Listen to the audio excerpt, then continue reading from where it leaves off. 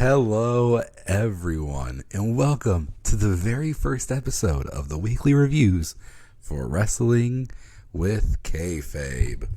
And we have a busy week to review. Not only was last week WWE Backlash, but also the first week of King and Queen of the Ring tournament, and some interesting stuff happening on Dynamite and AEW in general. All that and more right here, right now. And to kick it off, we have to start with the pay-per-view. Backlash happened. And boy, howdy, was it a good one. On paper, I wasn't sure. I almost didn't watch it. But I'm glad I did. We saw an amazing opening match. RKO versus the Bloodline. I mean, the fact that it became a no-holds-barred match makes it that much better. We saw Tonga Loa debut. Tonga in his first ever professional match. Amazing. Solo did great.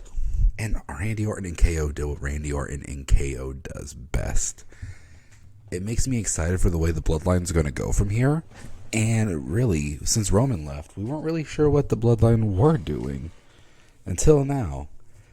But I'll get into that when we get into the SmackDown portion of the video. For now, let's stick to Backlash. It was a great opener, and it really set the pace of how Lyon France was going to be an amazing crowd for the night. After that, we had that triple threat match. Bayley, Naomi, and Tiffany Stratton. Tiffy time is definitely here, guys. I mean, we saw it at Elimination Chamber in Perth, and now we're seeing it here at Backlash in Lyon. The world is in Tiffy time, and that's exactly what we want. She is the bright spot of the future, which is amazing because we no longer have to worry about the four horsewomen with these women that are up and coming. I mean, we have Tiffany Stratton, Liv Morgan, Nia Jax. And that's not to mention the people on NXT like Thea Hale, Sol Ruka, to name a few. It's amazing. Roxanne Perez. I could keep going all day. WWE has an amazing women's division coming. And this triple threat match, it showed. Tiffany Stratton doing amazing. Don't get me started on Naomi. I don't like Naomi's current character. I will say that. I want to see her have more of an edge to her. She's happy and supportive, and that's fine, but what is she going for? She's happy she lost to Bayley and telling Bayley to get in the ring and celebrate. I mean, I'm happy Bayley won. I'm a Bayley fan. Bayley needs to be on covers of posters. I mean, we've seen now King and Queen of the Ring. It doesn't have Bayley on it. We've seen WrestleMania. Didn't have Bayley on it. SummerSlam doesn't have Bayley on it. You gotta stop disrespecting Bayley. She's earned her flowers. Give them to her. The crowd's behind her. She's putting on amazing, excellent matches.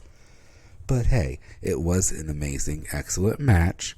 Bayley won. It was a big retain. I'm happy. We can move on from that saying it was great.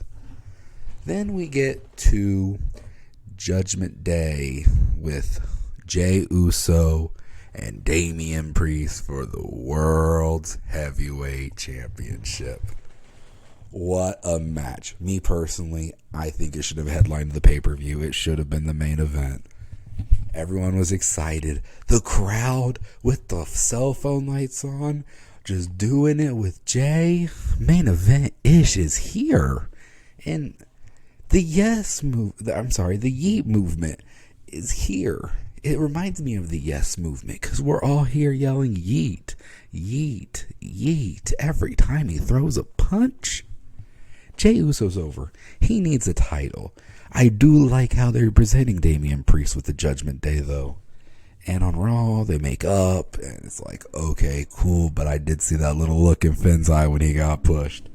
And I am so excited for the day we get Finn Balor versus Damian Priest for the World Heavyweight Championship. Because I think Finn takes it, and we finally get that Finn Heavyweight Championship reign that we've been waiting so long for. But Damian Priest, he's doing good. La Champion is here, and we all know it. After that, the Kabuki Warriors. I mean, they did their great job. And the Kabuki Warriors after that, just lost the titles, which is sad to say. I'm a Kabuki Warrior fan, Kairi Sane, Asuka. Heck, I'll go all the way. I'm a full-on Damage Control fan. Io Sky, Dakota Kai, Asuka, Kairi Sane, Bailey when she was a part of it. All of Damage Control are amazing. They all deserve their flowers, and I think they're slowly getting them. But they lost, and we all knew they would. I mean, Jade Cargill is the flavor of WWE right now. They want to give her everything. They're pushing her to the moon, which is fine. She deserves it. She's doing good. And then you also have Bianca Belair. I mean, you know Bianca's not going to lose. It's Bianca. So we do get a new tag team championship reign with them. I don't know how they're going to take these two and push them for that WrestleMania match that we're all expecting later this year into next. But I'm excited to see how they do it. Then for the main event. Now I know it's the WWE Championship, but again, I don't think it has to headline every pay-per-view. I know a lot of people want to see it last. I get it. This match on paper, I wasn't excited for, and I don't think a lot of people were. AJ Styles, Cody Rhodes put on a classic. Dave Meltzer gave a 5-star review. First time ever in AJ Styles history that he got one from Meltzer. So, I mean, it's huge. We gotta be happy for him. The match was great, but I think it was only great because of the crowd. AJ's talented, Cody's talented, but the crowd singing, the crowd chanting, everything they did felt so much bigger. Lyon, France earned that 5-star. Because, wow, those two, they put on a show, but that crowd did the work. But that's it for Backlash. Now let's go to the King of the Ring tournament, which gives us the Ilya Dragunov and Ricochet match. Wow. Ilya, huge first week on Raw, getting that big win, and the way he did it too. Ilya and Ricochet, whoa. They destroyed. It was amazing. That should not have been on Raw. That is a pay-per-view worthy match. But hey, we got it on Raw, and I'm okay with that. Ilya will be facing Jey Uso tonight because Jey beat Finn Balor. I am recording this before Raw starts on Monday. And Jey Uso, King Geet, okay. I know whoever loses, the internet's going to be upset because their fans are both very wild and very rightly so. Ilya, Jey, that match is going to be good. Another match we're getting tonight is Kofi Kingston versus Gunther. Kofi beat Ray at a house show this weekend. Sad we didn't get to watch it. I'll talk about that here in a few. And Gunther and Sheamus having yet another 5-star classic. But Sheamus tapped, and I don't like that. I mean, Sheamus is 0-3 against Gunther, and it feels wrong to say that. Sheamus is a Hall of Famer in the future, and the fact that they're not letting him beat Gunther just, it feels off. But hey, it is what it is. Moving over to the SmackDown side, Randy Orton and AJ Styles, one great matchup right there. Orton wins. I think we all saw Orton winning. AJ just fought Cody. He needs kind of a break after that. He had a big feud storyline. He doesn't need it. Orton, he's currently doing the bloodline stuff, so it works more with Orton moving on into the future of King of the Ring, especially with Tama Tonga being the future of the bloodline and beating Angelo Dawkins because Bobby Lashley was injured. Another injury problem there. And it kind of seems like we're leading to a Tama Tonga versus Randy Orton singles match in the semifinals of the SmackDown side of King of the Ring next week. I'm okay with that. I think it would work for Tama Tonga, and it definitely would work for Randy Orton. Another person, Baron Corbin, came back for his time in NXT. I watched him in NXT. I love NXT. And he did great there. And now that we have him back on SmackDown, he got to show off his new moves and lost in a roll-up to Carmelo Hayes. Carmelo, an amazing talent to put Baron against in his first matchup back. And I feel like it really did help Baron to reestablish himself on the main roster. This run feels like it's going to be Baron's defining run. If you can't do it this time, I don't think NXT is the place for you. I think we'll see you on Wednesday nights. Because it would be a shame for Tony to pass up if WWE cuts Corbin. He has skills, he has potential, he has talent. So, moving on from all that, let's talk about how we had some King, Queen of the Rings on house shows. I get it. We're trying to make house shows feel important. They're important. But for something this supposed to be this prestigious, I guess it's not that prestigious. But for something supposed to be so prestigious, why would you have it on a house show when you should have it for everybody? Because to me, LA Knight won. He doesn't have a chance to win now. Why would you not show me his first match? I don't believe he could be King of the Ring. Kofi Kingston won. I don't think Kofi has a chance to win because I didn't get to see him win the first matchup. It just lowers how it feels for them to be in the tournament, even though they still fought. I didn't get to see it. It was a house show. How is that better than Raw or SmackDown? If they would have recorded it, maybe done a network special house show this weekend, that would have been cool. I know that network, I'm in America, so it would have been on Peacock, but you know what I mean. And another big concern we have with the King of the Ring and Queen of the Ring tournament, the injuries. And there was just so many. Bobby Lashley was injured. Drew McIntyre was injured, but they were still booked. And that's not to mention this past weekend when we had another injury where Zelina Vega couldn't contend for the Queen of the Ring. Speaking of the Queen of the Ring, let's talk about it. Io Sky. Wow. I said it earlier. I'm a Damage Control fan. And seeing Io Sky do what Io Sky does best, winning, is amazing. She deserves it. I hope she wins Queen of the Ring, truthfully.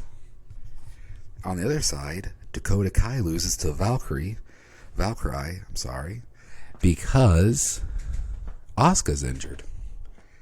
And I mean, Dakota can sell. Dakota is great at losing. That's one thing I can say. But it doesn't mean she should always lose. I get you had to lose in this situation. In this instance, you had to. But I want to see Dakota win a few. Give me some Dakota Kai. She, in Damage Control, as they said last week, run Raw. And I'm excited to see what they do this week. On the SmackDown side, Nia Jax versus Jade Cargill. Wow, that match is going to be great. Piper Niven getting destroyed by Jade made her look so much better. And Nia Jax beating Naomi. I mean, I feel bad, but Nia Jax, hey, she's not had a bad match since she's returned. Maybe she's turned over a new leaf. Let's give her a chance, see what she can do. On the other side, Tiffany Stratton won at a house show and is going to face Bianca Belair. I don't know how they're going to do this. Because to me, you can't have Jade lose. Jade feels like a favorite to win Queen of the Ring. I could see like the whole presentation of there's a storm coming, her with a queen crown and the robe. And it would feel strong. It'd be a nice little thing to give her. Like, oh, she's only been here this long and she's Queen of the Ring and a tag team champion? But are you really going to have her face her tag partner already? We're expecting Bianca versus Jade at Mania. Not next week on SmackDown. Which means either Tiffany Stratton or Nia Jax has to win. And in that case, well, who loses? I think Bianca does. Tiffany Stratton versus Jade Cargill feels like a good match. We'll have to see. But if that is the case, and we have Tiffany Stratton and Jade Cargill, what's going to be the final? Jade Cargill, Io Sky? I'm okay with that. I'm not fully certain if the matches on the women's side are as put together as they are on the men's side. Because the matches on the men's side, I mean, I'm thinking finals, we either get Randy Orton and Ilya Dragunov, or maybe Jey Uso and Tama Tonga. Both amazing matches with great stories. Here, it feels like Io wins the Raw side. I will say, I think Io takes the Raw side. And the SmackDown, like I said, it has to be Jade Cargill. Io and Jade, I mean, they could put on a good match.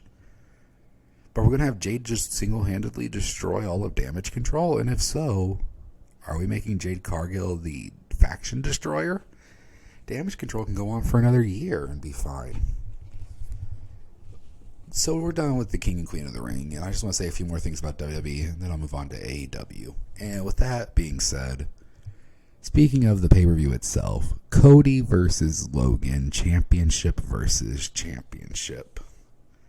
I hate it. Because either Cody wins, then the next night goes, I don't want the United States Championship, and drops it, making the title just feel so weak. Or we get Logan Paul with both belts, and he's a part-timer. We just got a champion who shows up regularly, and we're already going to lose him? It's a lose-lose scenario. And we don't have a Money in the Bank champion, briefcase holder, that could come out and cash in on Logan Paul right away if Logan was to win, and give us two different champions still. I see Cody winning, but I'll have to talk about this in a later video as we get closer to the pay-per-view. Hopefully something changes. So let's move on to AEW. I don't have much to talk about with AEW this week, but I have a few things. Kenny Omega's return, amazing. I love it. I love Kenny. I can't wait to see what he's going to do. I think the biggest thing that I want to talk about with AEW is going into Double or Nothing. We have Team AEW versus Team EVP. Jack Perry, haven't seen much of his work. Okada, I love Okada. I love the Young Bucks. Versus Team AEW. I'm not an FTR fan, but I could see them doing some big stuff. Bryan Danielson seems like he could do something good for us. And Eddie Kingston. The match should be great. I mean, I'm not a Bryan Danielson fan. I'm honestly a hater of him. But I give him props. He's a great wrestler. He's great at what he does in the ring. And you put that in the ring with people like Okada and the Young Bucks. I see a lot of money to be made. Now, of course, Tony Khan's still not here. He's recovering from his injury that he took. But that's fine. We'll see him soon. The Cope Open match versus Brody King, I thought was incredible. How bloody it got, how strong Adam Copeland looks. Plus, I just love saying Cope Open. I hope he keeps the belt for a while because I just love saying it. But it was a great match. I mean, Adam Copeland did what Adam Copeland does best. Put on a great match. An entertaining match, and give me the story that I need throughout the match. Speaking of stories, Swerve Strickland versus Christian Cage. Wow, that match will be great. I love what Christian's doing. He has always been an incredible talent. And the fact that he's getting this match with Swerve, I mean, I think we all know Swerve will win, but hey, Christian will make him look great, and I'm here for it. One problem I'm having with AEW, though, is that overrun. And a lot of people complain about it. I watch it live, so it's not that big of a deal, but you never know when to expect it. And that's where I see the problem. It's different times every week, and the way that it happens. If you're recording, you missed Mercedes Moné and the entire Daniel Bryanson returning. That's a lot to miss. I hope they can fix that soon. At least give it we're going over 10 minutes every week. Okay, great. I can enjoy that. Few more things to talk about. And this is with AEW and Forbidden Door. As we've heard the rumors, Stardom will be there, and I am excited. I just bought a Stardom membership, so I'm excited. I'm going to be watching Stardom, getting into it. I've been watching some of the YouTube matches that you can get for free, and I found out I really enjoy it. It's $6 a month. It's not bad. It's worth it. These women are destroying the industry in all the right ways. I think that if you want to talk about the future of women's wrestling, you have to talk about Stardom. And the fact that we're going to get to see that with AEW, I'm happy with. In fact, we're going to see it really soon, as a week before she defends the belt against Mercedes Moné, Willow Nightingale will be defending against, and I hope I say this right, Tom Nakano, which I am excited for. The match will be great, and I think that it's really going to help people who may not know much about Stardom get into it more. But hey, that's all I really have to talk about with AEW and WWE this week. Like I said, not much. There'll be more coming soon. I have 2 other videos that I'm planning to release this week. And then I'll, of course, have this review again next Monday for this week, including the second round matchups of King and Queen of the Ring. So stay tuned. Thank you all for watching. I hope you enjoyed yourself. I enjoyed having you guys. And as always, you have a nice day.